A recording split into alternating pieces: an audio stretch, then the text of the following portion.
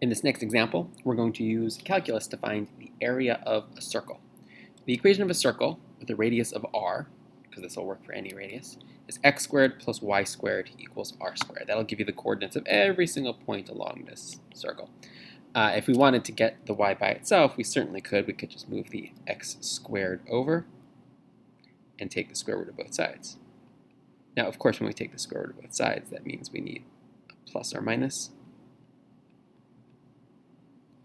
because for any x value, the y value will be both the positive and the negative version of r squared minus x squared.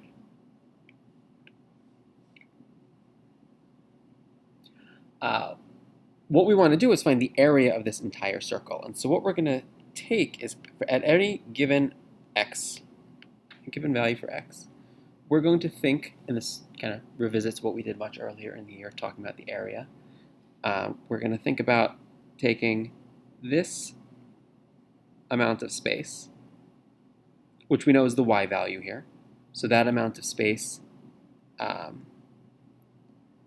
is the square root of r squared minus x squared. Now it's only the positive version because it's that distance.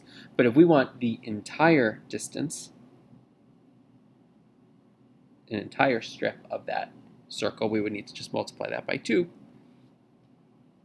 Because since the circle is, has a diameter on the x-axis,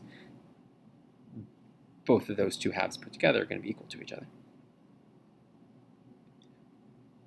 Thinking back to what we did earlier in the year, we said, all right, well, if I want to find the area, not of the entire circle quite yet, but just of this little itty bitty bit here, we call it the area of a slice, or actually we called it the area of a strip, that long rectangular strip here. Well, it's just a big giant long rectangle.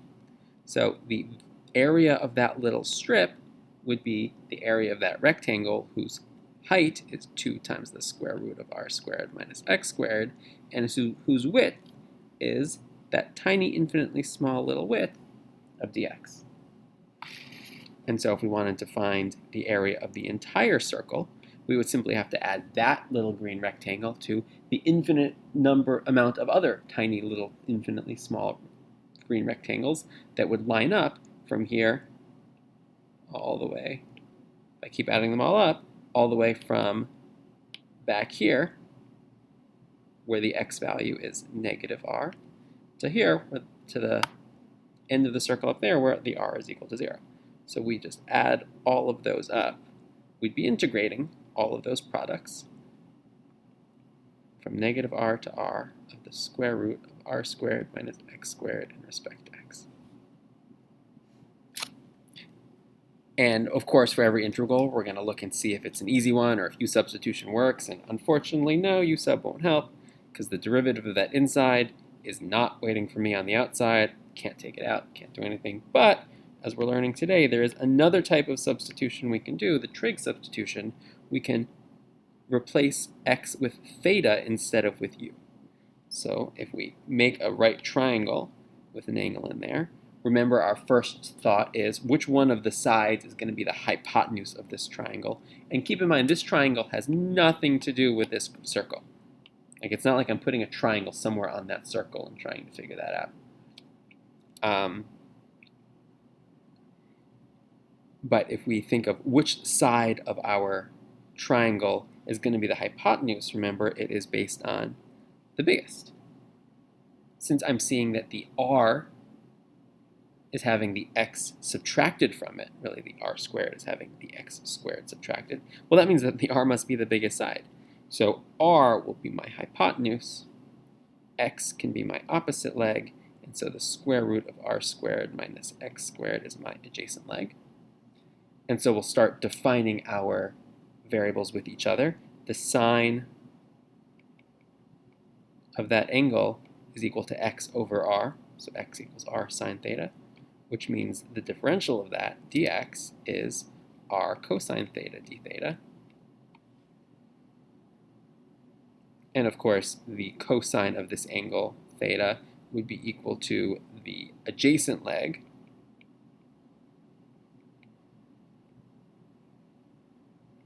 which is r squared, square root of r squared minus x squared, times the or over the hypotenuse, over the radius, so I'll just move that radius over.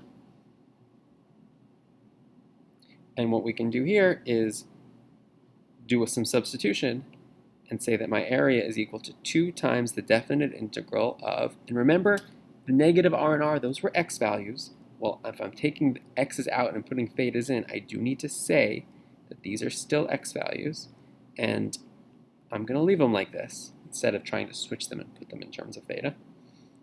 Well, the square root of r squared minus x squared is r cosine theta.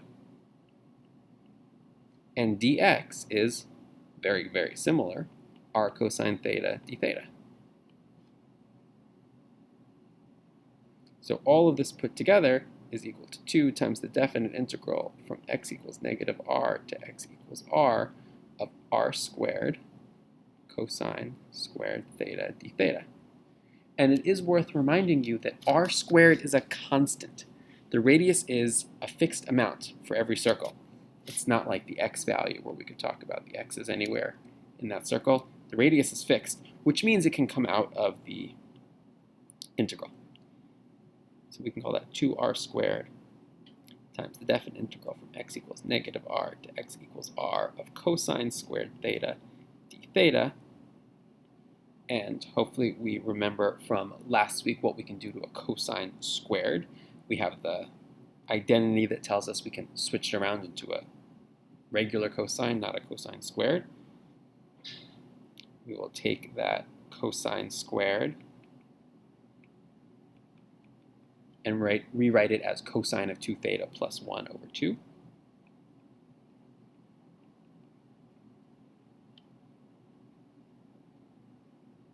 And we can start to integrate that. It looks a little bit complicated with that fraction, but remember, the 2's can cancel. So we can kind of just ignore that. So we have r squared times, and I'm going to start integrating with the antiderivative here. The antiderivative of cosine of 2 theta is sine of 2 theta over 2. And the antiderivative of 1 in respect to theta, d theta, is theta. And all is evaluated from x equals negative r to x equals r. And remember, theta is not the same thing as it's not the same thing as x. So I cannot just put in my negative r and r yet. I have to get my my theta out of there and replace it with an x, which is a little bit tricky in this one. I'm going to take just a second here to build a little bit more room in this slide. Because I'm running out of space here.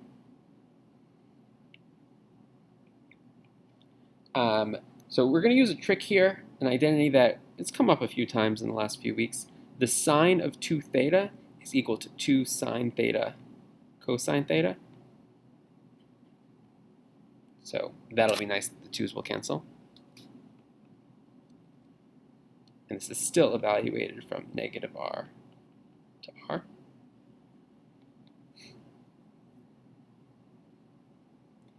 And if we look back to what we wrote up above, remember looking at our triangle, I'll rewrite them again over here in a different color just to highlight them.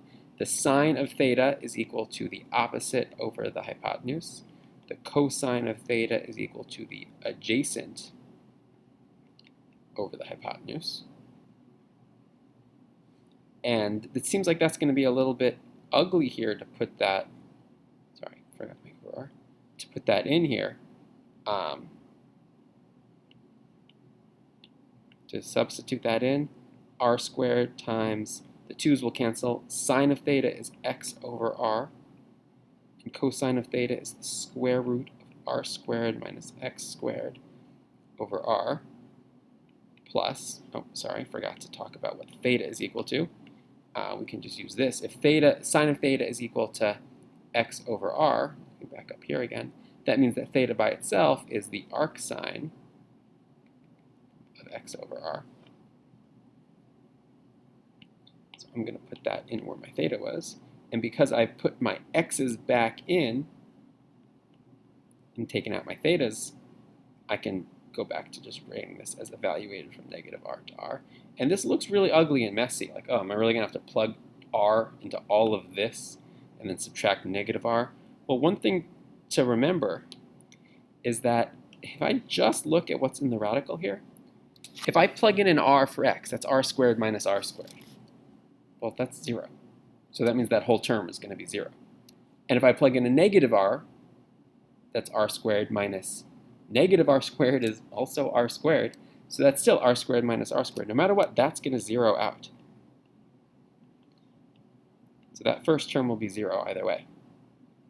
And so then we'll have the arcsine of r over r minus, again, another 0, and then plus the arcsine